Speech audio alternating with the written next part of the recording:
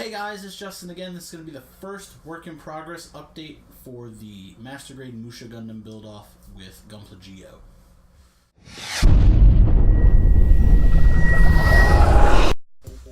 So guys, super quick update for you guys on this build off.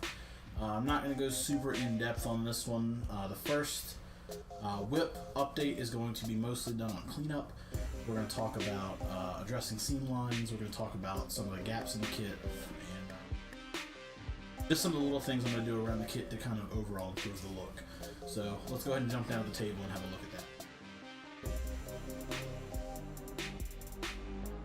that. The first thing we're going to look at are some of the seams on the weapons. Removing seams are pretty straightforward. All you have to do is apply some plastic cement along the edge of the two parts, join them together, and once the glue is dried, sand them down or shave the seam line down with a knife.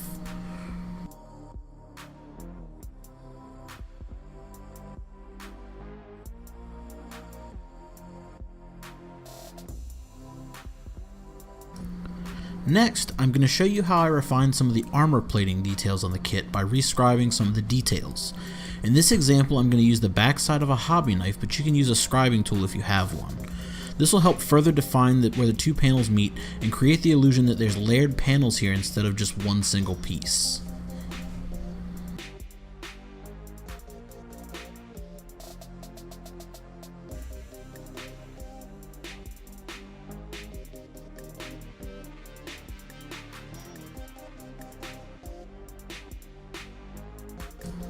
I'd like to give a quick shout out to all my patrons for this month. We have Andy, Gil, SD, and Rex. Thanks for the support, guys.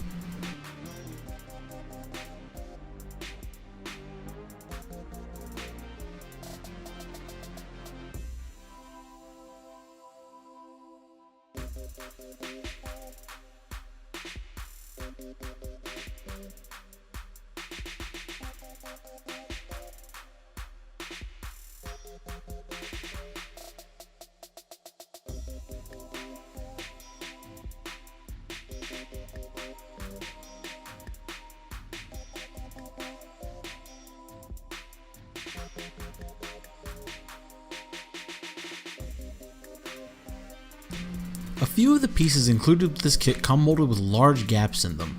I'm going to put a link to Geo's channel up here. He's using a different method for removing his gaps, so if you want to check that out, it'll be really helpful for those who don't want to do it this way. For my method, I'm going to trim some plastic sheet down and fill the gap using that. Secure it in place with modeling glue. This is going to melt the glue, the parts in place. It's going to cause it to bond with the plastic of the part, and then once it's dry I can sand it smooth and make it look like it's one single piece. For smaller gaps I'm using the same kind of method. I'm just going to be using thinner sheets of plastic.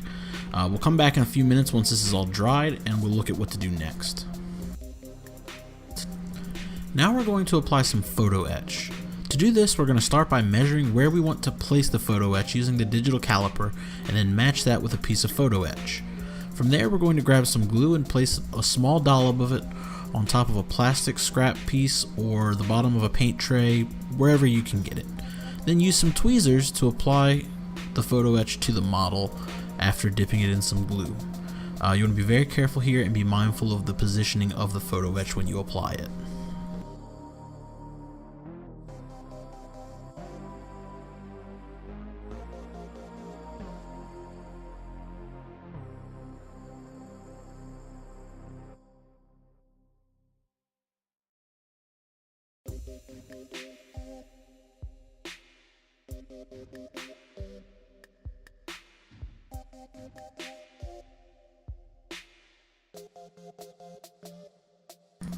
Next, we're going to return to the weapon parts. Now that all the glue is dried, it's time to trim everything down using our cutters, sand it all smooth using sandpaper or a hobby file, and you should be good to go.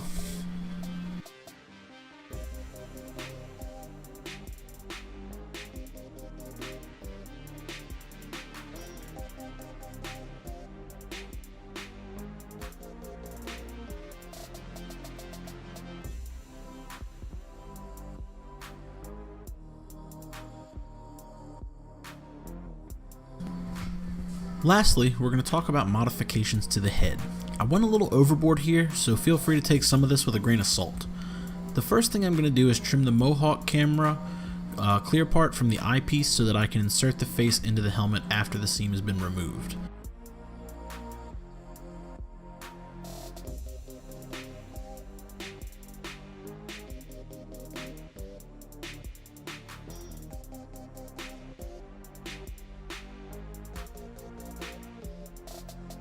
The next thing that I noticed was that the faceplate held the polycap for the head in place, so I glued 2 plastic strip pieces to the supports to extend them forward, and then glued sort of a bridge over the top to lock the polycap into place.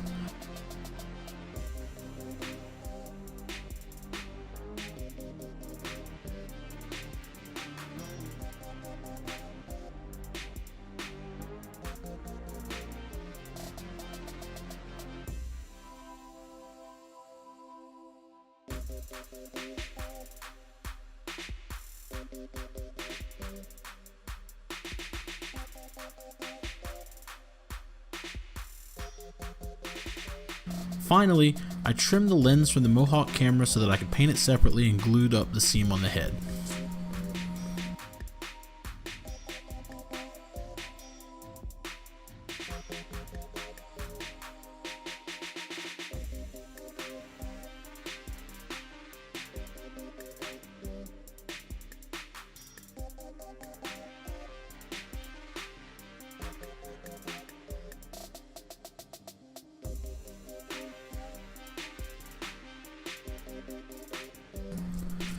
Well, that's it for my first work in progress on the Shin Musha Gundam.